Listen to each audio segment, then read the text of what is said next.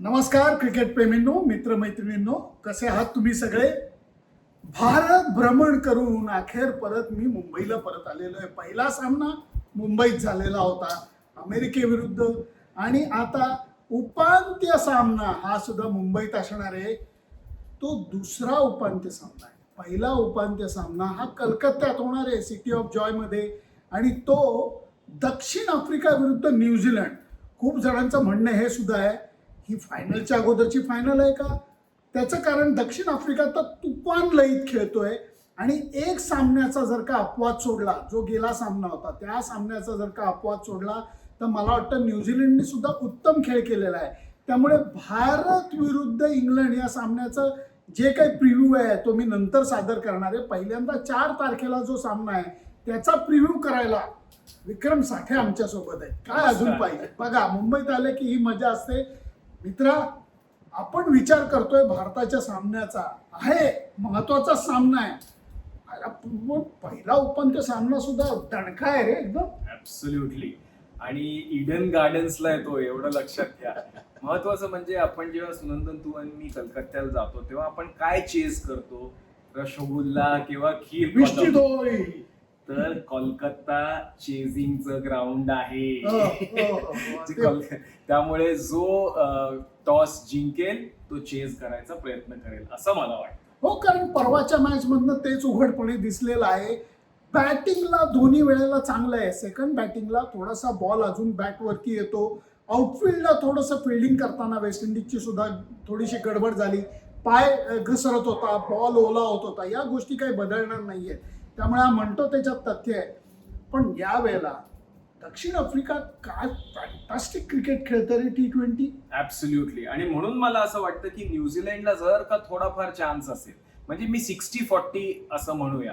South आफ्रिकेला 60, न्यूझीलंडला 40. त्यामुळे न्यूझीलंडनी toss जिंकणं फार गरजेचं आहे, कारण चेस करण्यात त्याच्यामुळे त्यांची पॉसिबिलिटी वाढेल. पण साऊथ आफ्रिकाची जी अशी टीम मी खूप वर्षानंतर पाहतोय, म्हणजे कुठल्याही बाबतीत ते कमी नाहीत. बॅटिंगला तर काय, आणि मुख्य म्हणजे सुनंदन, जेव्हा तुमचा captain is the top scorer of a team ना, ह्याचा अर्थ असा होतो की ती team mentally in a best position आहे. Aiden Markram is the highest run scorer. फार सुरेख पॉइंट मांडलास तू. कारण माक्रम हा बघायला गेलं तर एनरिक क्लासेन जर का सोडला तर मागच्या वेळचीच टीम आहे आणि तो खूप मोठा प्लेअर होता. T20चा प्रचंड मोठा प्लेअर होता. त्यांनी तो धसका घेतला. त्या फायनल मॅच नंतर जे काही निराशा सगळ्यांना आली, विक्रम, मला अजूनही तुला सांगतो, अजूनही ते डोळ्यासमोरचं चित्र जात नाहीये. मी आणि हर्षा भोगले बार्बाडोसवरनं ती विमान पकडून, म्हणजे वादळाच्या अगोदरचं विमान पकडून आम्ही अमेरिकेला जायच्या प्रयत्नात होतो आणि त्याच वेळेला दक्षिण आफ्रिकेचा संघ सुद्धा जात होता. भारतीय संघ जिंकल्याचा आनंद खूप होता, कारण वर्ल्ड कप जिंकण्या याच्यासारखी मोठी गोष्ट नाही. पण दक्षिण आफ्रिकन प्लेअरच्या चेहऱ्यावरचं दुःख, निराशा बघून मलाही एक सेकंद काळजात धस्स झालेलं होतं. आणि त्या टीम मधला एक खेळाडू फक्त आत्ता, म्हणजे महत्वाचे सोडले तर एक खेळाडू फक्त नाही, बाकी सगळा संघ तोच आहे आणि तरीही तो मजबूत वाटतोय. कारण बॅटिंग ही जरा जास्तच मजबूत आहे. फारच. आणि तू आपल्या विरुद्धचा सामना जर का पाहिलास ना सुनंदन, तुला लक्षात येईल की ही बॅटिंग इव्हॉल्व्ह झाली आहे. स्पेशली ज्या पद्धतीने ते वरुण चक्रवर्तीला खेळले, आणि आपली बॉलिंग अटॅक काय साधी सुधी नाहीये, बाप बॉलर आहेत सगळे.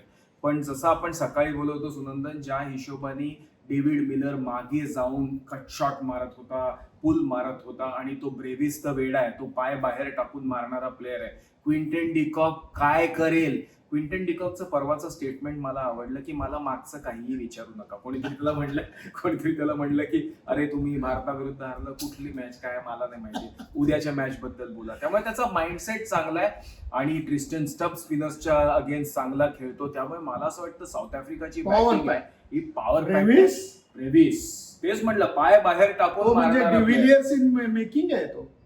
त्यामुळे, आणि त्या हिशोबाने मला न्यूझीलंडची बॉलिंग जरा वीक वाटते. बरोबर. कारण साऊथ आफ्रिकाची बॉलिंग ही कम्प्लीट अटॅक मला वाटतं, पण एक तो जो ट्रेंट बोल्ट नावाचा जो माणूस आहे तो नसल्यामुळे कुठेतरी न्यूझीलंडच्या बॉलिंगचा बॅलन्स कमी आहे असं मला वाटतं. आणि हा क्विंटन डिकॉकचं म्हणल्यानंतर एक प्रसंग पटकन सांगतो मी. तो कसा गंमतशीर पोरगा आहे, कारण त्याच्या चेहऱ्यावरती एक असा बेबी फेस म्हणतात ना, तसा आहे.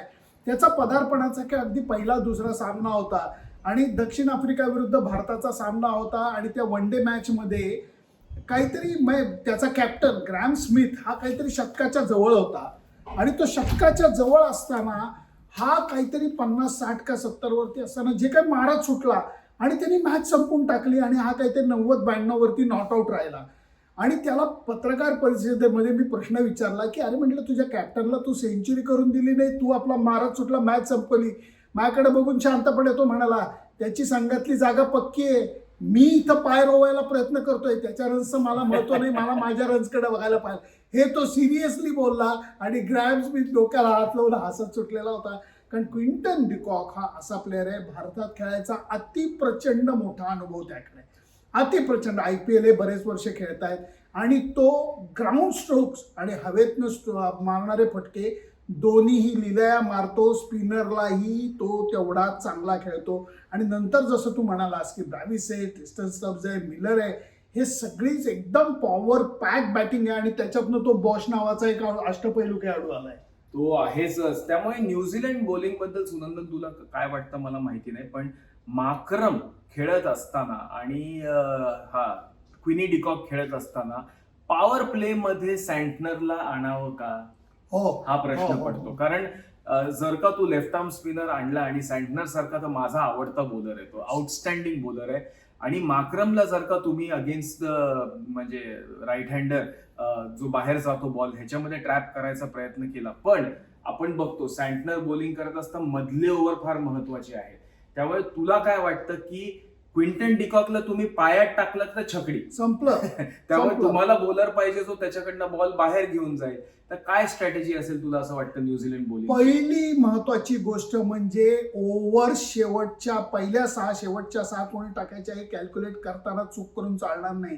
जो सामना त्यांनी इंग्लंड विरुद्ध गमावला तेव्हा तेच कॅल्क्युलेशन त्यांचं चुकलं हे लक्षात घ्यायला पाहिजे. कारण त्यांच्या स्पिनरमध्ये सँटनर, सोधी हे अर्थातच चांगले आहेत आणि ते अनुभवी बॉलर आहेत, पण त्याच्याबरोबर फिलिप्सनी एक टाकली, लॉकी फर्ग्युसन महत्वाचा आहे. तर याच्यातल्या अनुभव कमी असलेल्या मेकशिफ्ट नाही पण ऑलराऊंडर कॅटेगरीतल्या बॉलर्सना शेवटच्या 6 ओव्हरमध्ये देऊन चालत नाही. फिलिप्स कितीही चांगला खेळाडू असला तरी त्याला ते दडपण झेपलं नाही, त्यांनी खूप चुका केल्या आणि त्याचा फटका त्यांना सहन करायला लागला.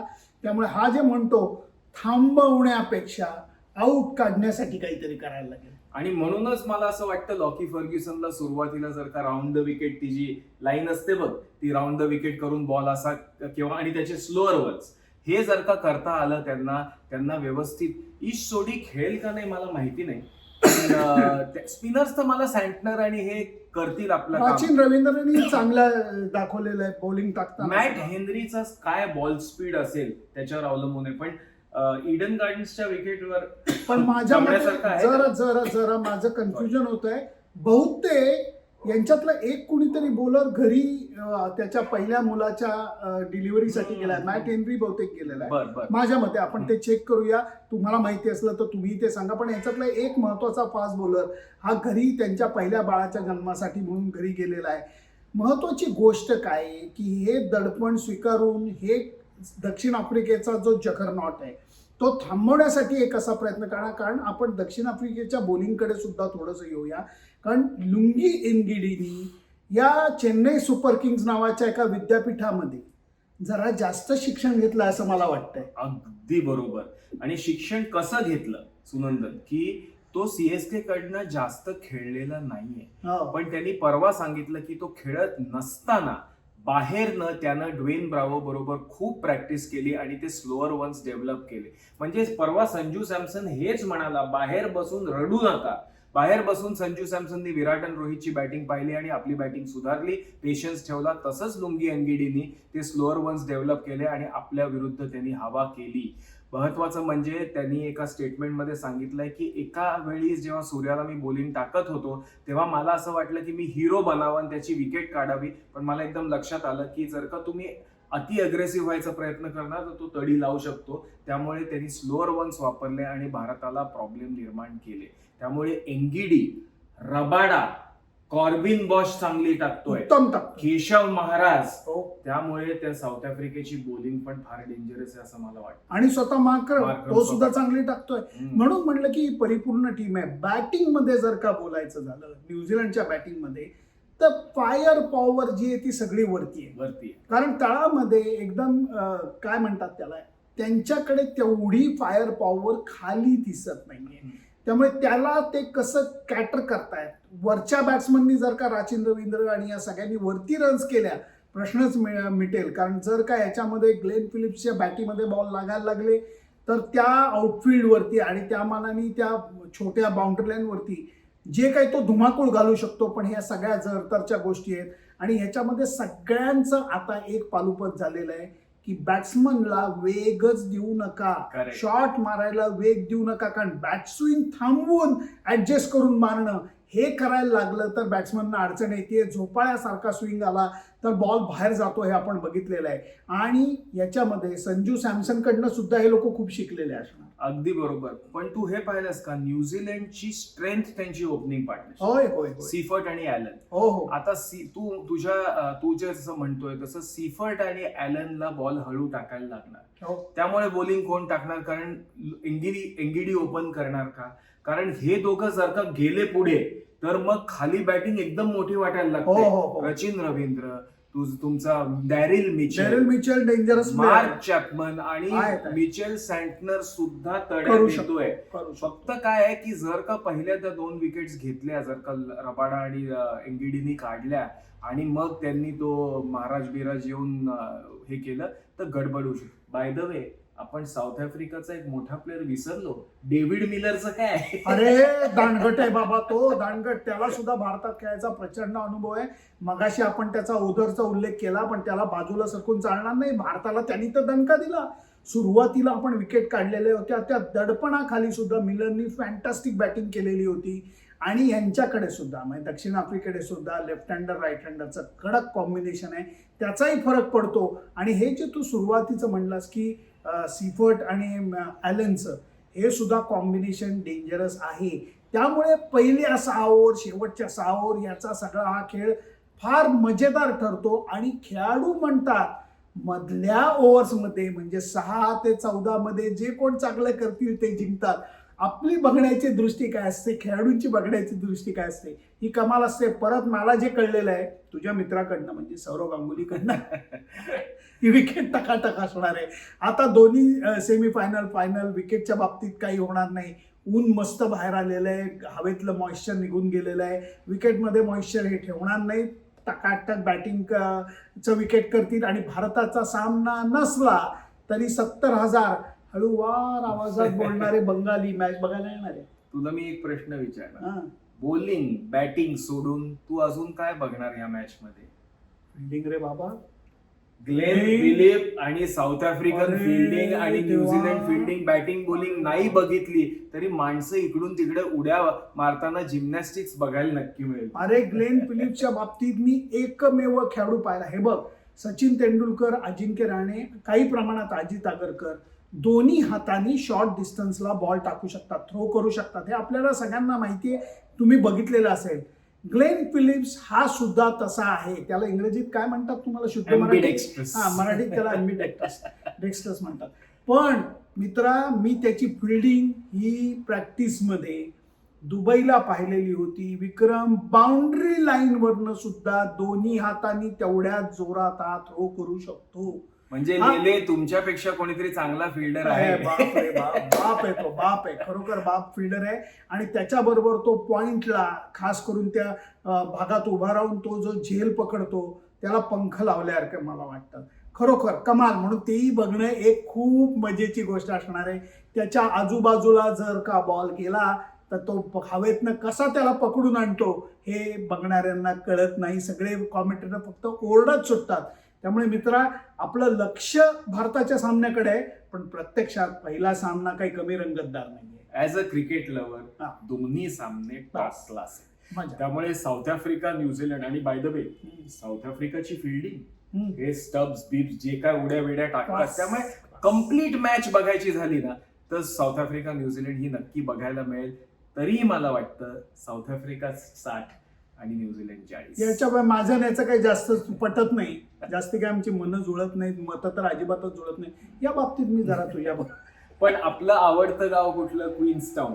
म्हणजे न्यूझीलंडचं पण सॉफ्ट कॉर्नर आहेच. कारण एकीकडे काय म्हणतात त्याला केपटाऊन आहे, दुसरीकडे क्वीन्सटाऊन आहे. क्या बात आहे. त्यामुळे काय म्हणतात ते याच्यातलं कुठलं वरती येत आहे. पण ही एक मॅच अशी आहे की जास्त प्रेशर लेने का नहीं भिडू, मजे में मैच Chill. देखने का, क्रिकेट एंजॉय करने का, खाना पिना दोस्तों के साथ मजा करने का. कारण भारताच्या सामन्याला मन गुंतलेलं असतं, प्रेशर त्यांच्या एवढं आपल्याला सुद्धा येतं. त्यामुळे या सामन्याचा मस्तपैकी आनंद घेऊयात. आमची मतं आम्ही मांडली, तुमची मतं काय ते आम्हाला नक्की कळवा. फक्त त्याच्याकरता आमचं फेसबुक पेज, आमचं यूट्यूब चॅनल, आमचं इंस्टाग्राम लाईक, शेअर आणि सबस्क्राईब करायला विसरू नका.